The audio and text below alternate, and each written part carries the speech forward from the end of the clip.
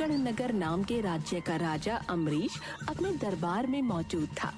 आज उसने अपने दरबारियों के सामने एक खास बात रखी थी। हमारे राज्य में सबसे ईमानदार कौन है? ये सवाल सुनकर पहले तो दरबार में कुछ देर तक सन्नाटा छाया रहा और फिर मंत्री ने कहा, महाराज, वैसे तो आपके राज्य में सभी ईमानदार हैं, लेकिन असली ईमानदारी तो तभी पता चलती है जब व्यक्ति को कोई मौका मिले पर फिर भी वो छोड़ दे। वो एक कहावत है ना कि ईमानदार सिर्फ वो हैं जिन्हें मौका नहीं मिला। बात तो तुम्हारी सही है मंत्री, तो फिर कैसे पता लगाया जाए कि सबसे ईमानदार कौन है? क्योंकि मुझे अपने दरबार के लिए और अपने कुछ निजी कामों के लिए एक व्यक्ति चाहिए जो ईमानदार हो। मुझे आदेश दीजिए महाराज, मैं पता लगा कर आऊंगा कि इस राज्य का सबसे ईमानदार व्यक्ति कौन है। ठीक है, तुम्हारे पास महीने भर का समय है। जाओ और जाकर एक ऐसे व्यक्ति को लेकर आओ जो सबसे ईमानदार हो। अपनी सहायता के लिए इस दरबार से तुम जिसको चाहो अपने साथ ले जा सकते हो। धन्यवाद महाराज। मंत्री अपना हुलिया बदलकर एक दरबारी के साथ राज्य में ईमानदार व्यक्ति को ढूंढने निकल जाता है। इस दौरान उसे सोमू दिखता है। सोमू एक मोची था जो कि अपनी पत्नी सरिता और बेटी चिंकी के साथ एक छोटे से घर में रहता था। वो लोग थे बहुत गरीब। सरिता, आज भी केवल 2 जोड़ी जूते ठीक करने का काम मिला। मुझे समझ नहीं आ रहा कि घर का खर्च कैसे चलेगा। आप चिंता मत करो, हमारे पास अभी थोड़ा आटा और दाल बचे हैं, हम उसी से काम चला लेंगे। बाकी भगवान पर भरोसा रखो, वो सब ठीक कर देगा। पिताजी, आप परेशान मत हो, मुझे पता है आप बहुत मेहनत करते हैं और आपने ही बताया था कि मेहनत कभी बेकार नहीं जाती। बेटी, तेरी मासूमियत और हिम्मत ही मुझे जीने की ताकत देती है। मैं वादा करता हूँ एक दिन सब ठीक हो जाएगा। हमारा परिवार साथ है और यही सबसे बड़ी दौलत है। हमें कोई गरीबी हरा नहीं सकती। हाँ सरिता, तुम सही कह रही हो। हमें अपनी मेहनत और ईमानदारी पर भरोसा है और एक दिन हमारा भी समय आएगा।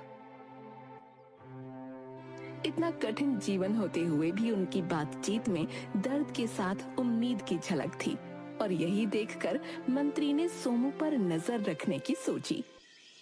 अगले दिन सोमू अपनी छोटी सी दुकान पर बैठा ग्राहकों का इंतजार कर रहा था। काफी देर बाद एक ग्राहक आया। भाई साहब, ये जूते की एड़ी निकल गई है, क्या इसे ठीक कर सकते हो? जी बिल्कुल, आप बैठिए, मैं अभी ठीक कर देता हूँ। सोमू ने बड़ी मेहनत और लगन से जूते की मरम्मत की। ग्राहक ने जूते को देखा और खुश होकर बोला, अरे वाह, बड़े अच्छे से ठीक किया आपने। ये लीजिए, ये आपकी मेहनत के पैसे हैं, लेकिन आप थोड़े और पैसे रख लीजिए। आपको देखकर लगता है कि आपको जरूरत है। नहीं भाई साहब, मैं ईमानदारी से मेहनत करके ही पैसे कमाता हूँ। मैं मुफ्त में कोई चीज नहीं लेता। अरे मैं मुफ्त में थोड़ी दे रहा हूँ भाई, आपने मेरा काम किया है, उसी के पैसे हैं, बस थोड़े से ज्यादा है। नहीं, पर मैं ज्यादा पैसे भी नहीं लेता। जितना काम उतने पैसे। आपने मेरे बारे में सोचा, उसके लिए धन्यवाद। चलिए ठीक है भाई, लेकिन आपकी ईमानदारी वाकई काबिले तारीफ है। मैं प्रार्थना करता हूँ कि आपकी मेहनत रंग लाए भाई।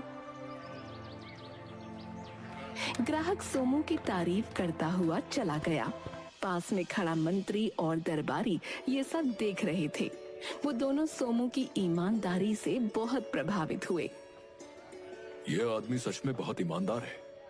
चलिए महाराज को इसके बारे में बताते हैं।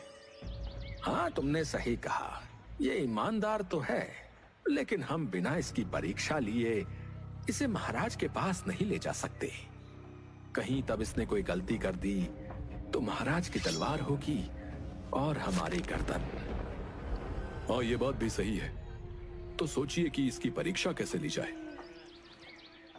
वो दोनों सोमू को परखने के बारे में सोचने लगे और सोमू एक दो ग्राहकों के जूते मरम्मत करके अपने घर पहुंच गया। जैसे ही उसने दरवाजे पर कदम रखा, उसने देखा कि उसकी चप्पलें घिस चुकी थीं, इतनी कि अब उनकी मरम्मत भी संभव न थी।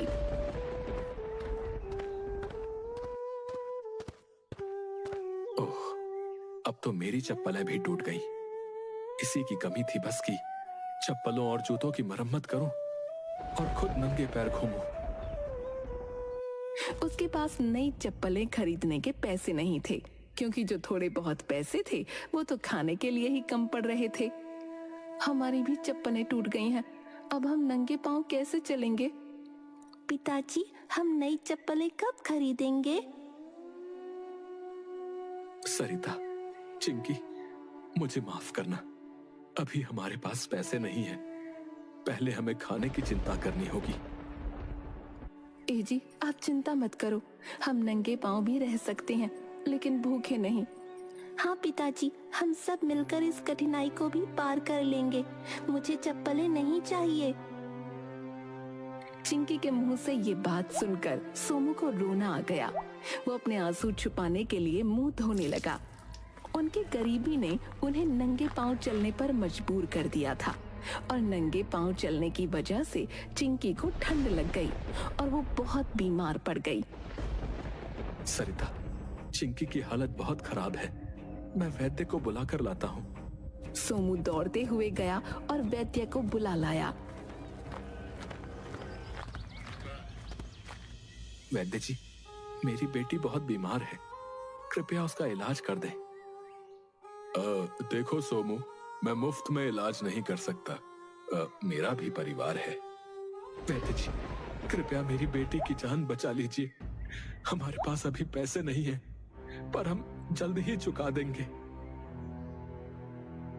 वैद्य ने सिर हिलाते हुए मना कर दिया। ये देखकर सरिता ने अपना मंगलसूत्र निकालकर वैद्य के सामने रख दिया। ये लो, मेरे पास यही है, इसे रख लो और हमारी बेटी का इलाज कर दो। ठीक है। वैद्य ने चिंकी का इलाज शुरू किया। ये देखकर मंत्री और दरबारी बहुत दुखी हुए। मंत्री जी, इनकी कुछ मदद करिए, मुझसे ये सब देखा नहीं जा रहा। अब नहीं, हम इनकी मदद नहीं कर सकते, हमें इनकी परीक्षा लेनी है। और वैसे भी चिंकी का इलाज हो रहा है, भगवान ने चाहा तो वो जल्दी सही हो जाएगी। फिलहाल तुम्हें कल मेरा एक काम करना है। हाँ जी, बताइए।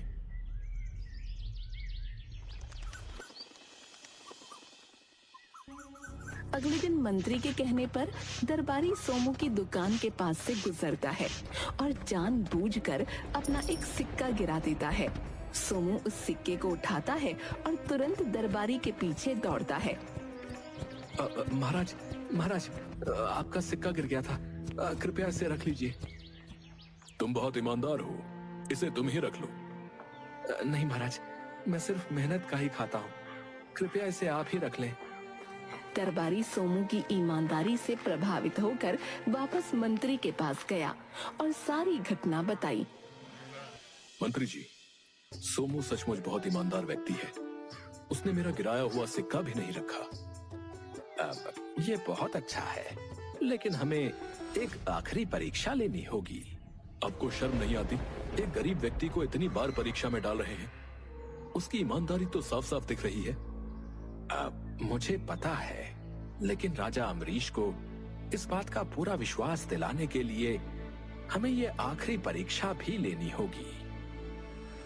मंत्री की बात सुनकर दरबारी चिढ़ गया, लेकिन वो जानता था कि ये आखिरी परीक्षा सोमू की ईमानदारी को पूरी तरह साबित कर देगी। अगले दिन मंत्री एक साधारण आदमी के रूप में सोमू की दुकान पर गया। उसने अपने पुराने जूते सोमू को दिखाए और मरम्मत के लिए कहा। भाई साहब, क्या आप इन जूतों को ठीक कर सकते हैं? जी हाँ, जरूर। आप इन्हें कल आकर ले जा सकते हैं। सोमू, मुझे पता है कि तुम बहुत कठिनाइयों का सामना कर रहे हो। क्या तुमने कभी सोचा है कि अपनी स्थिति सुधारने के लिए तुम चोरी या बेईमानी कर सकते हो। तुम्हारी जगह कोई और होता तो वो यही करता, क्योंकि उससे तुम्हारी जिंदगी बदल सकती है भाई। अरे ये आप कैसी बातें कर रहे हैं? मैं ऐसा नहीं कर सकता। मुझे भगवान का डर है, और दूसरी बात, मेरे संस्कार मुझे ऐसा करने की अनुमति नहीं देते। मैं ईमानदारी और मेहनत से ही अपना जीवन जीऊंगा, चाहे कितनी भी कठिनाइयां आए। अच्छा सोमू, ठीक है, मैं चलता हूँ। कल आकर अपने जूते ले जाऊंगा। मंत्री वहां से चला गया और सोमू अपने काम में लग गया। उसने जूतों की मरम्मत करी और फिर घर चला गया।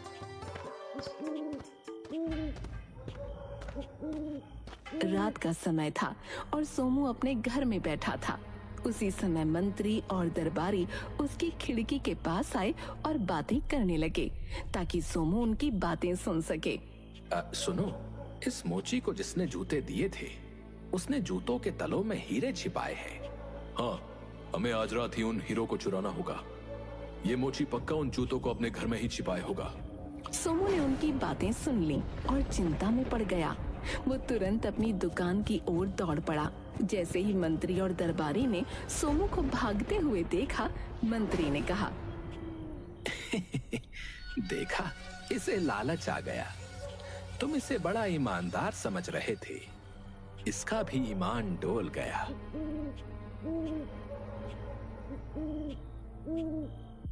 सोमू ने अपनी दुकान पर पहुंचकर जूतों को उठाया और हिलाकर देखा।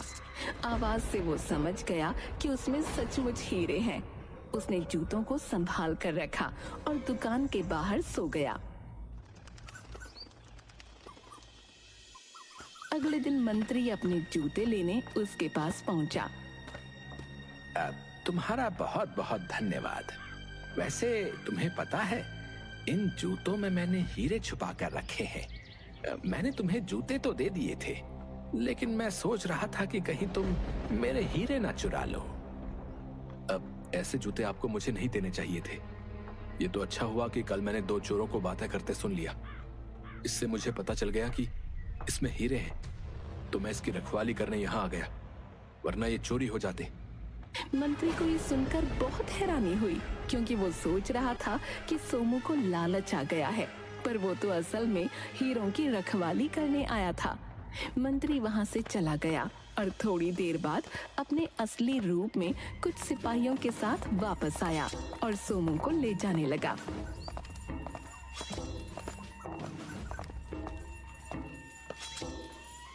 अरे लेकिन मेरा दोष क्या है?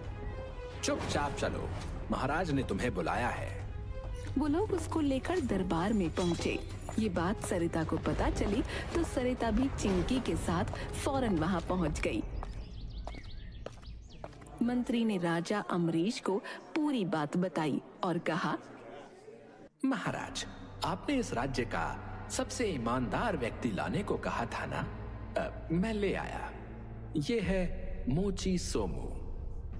सोमू, तुमने हीरे क्यों नहीं चुराए? तुम अपनी किस्मत बदल सकते थे उन हीरो से। किस्मत तो भगवान ने लिखी है, वो चंद पत्थरों से कैसे बदल सकती है? बल्कि अगर मैं ऐसा करता तो खुद की और अपनी बेटी की नजरों में गिर जाता। मैं अपनी बेटी को गलत संस्कार नहीं दे सकता महाराज। मंत्री, आपने सही कहा, यह सबसे ईमानदार इंसान है, क्योंकि यह सिद्धांतों का बहुत पक्का है। सोमू, आज से तुम मेरे राज्य के खजांची और मेरे निजी सलाहकार हो। तुम्हारे परिवार की जिम्मेदारी मेरी। आपका बहुत बहुत धन्यवाद महाराज। मंत्री, सबसे पहले सोमू और उसके परिवार को अच्छे जूते पहनवाओ। जी जी महाराज। वाह, नए जूते। हाँ, नए जूते नन्ही गुड़िया। और अब कभी तुम नंगे पैर नहीं रहोगी। और कुछ इस तरह सोमू की ईमानदारी ने उसकी पूरी जिंदगी बदल दी।